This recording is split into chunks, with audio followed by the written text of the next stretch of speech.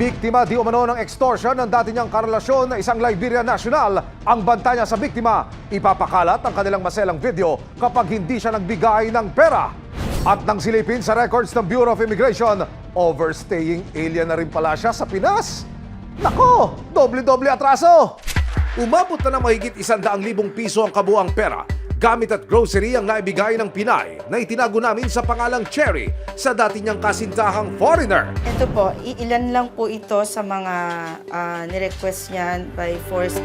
Pero hindi para suyuin ang ex-lover kundi kinikikilan daw siya ng Liberian national.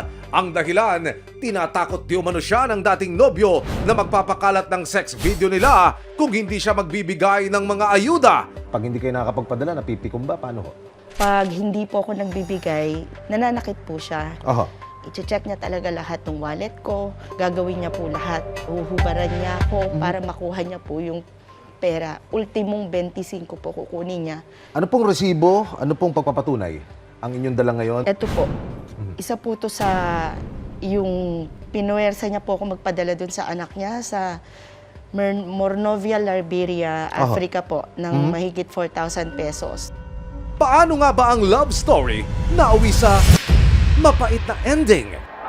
September 2022 nang makatanggap daw si Cherry ng inquiry sa kanyang pinaupahang apartment mula kay Abudo Noel Johnson o alias Lincoln. Ito po yung first time na nag-inquire siya, nag-text siya sa akin. Sabi niya po, nandun na daw po siya sa gate, kung pwede daw po i-check yung room at kumusta daw po ako. Pero si Lincoln agad daw dumamoves at biglang tumawad sa renta ng bahay. Ang tawaran sa upa ng bahay bigla raw nauwi sa ligawan. Hindi man nagpatawad ng presyo sa upa si Cherry, ang puso naman niya ang kanyang ibinigay dahil si Cherry bigla raw na-fall kay Lincoln. Tenant na? Lover pa? 2 buwang naging magkarelasyon sina Cherry at Lincoln. Naging maayos naman daw ang kanilang pagsasama pero habang tumatagal, nakikitaan na raw ni Cherry ng mga red flag si Lincoln.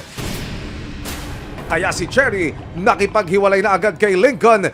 Dito na nagsimula ang umano'y pangingikil ng suspect hanggang ang suspect mas nagiging demanding pa raw habang tumatagal.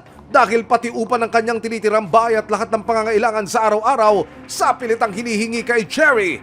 Ito po rin yung tinext sa akin nung may-ari. Ako po yung sinisingil kasi daw po ako yung girlfriend niya. Pero bukod sa pangingikil ng suspect, si Cherry may iba pa raw ibubunyag. January 8, 2 days po na binaboy niya po ako.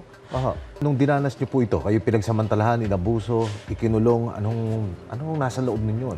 Gaano ito kasakit sa inyo? Halos gusto ko na lang pong mamatay.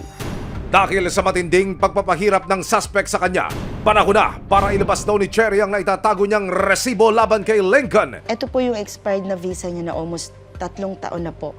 Nangangahulugan? Expired na po siya, overstaying na po siya. Nako! Lagot na!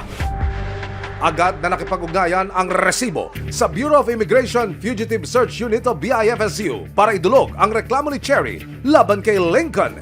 Matuldukan na kaya ang pangingikil at pang-abuso ng suspect sa biktima?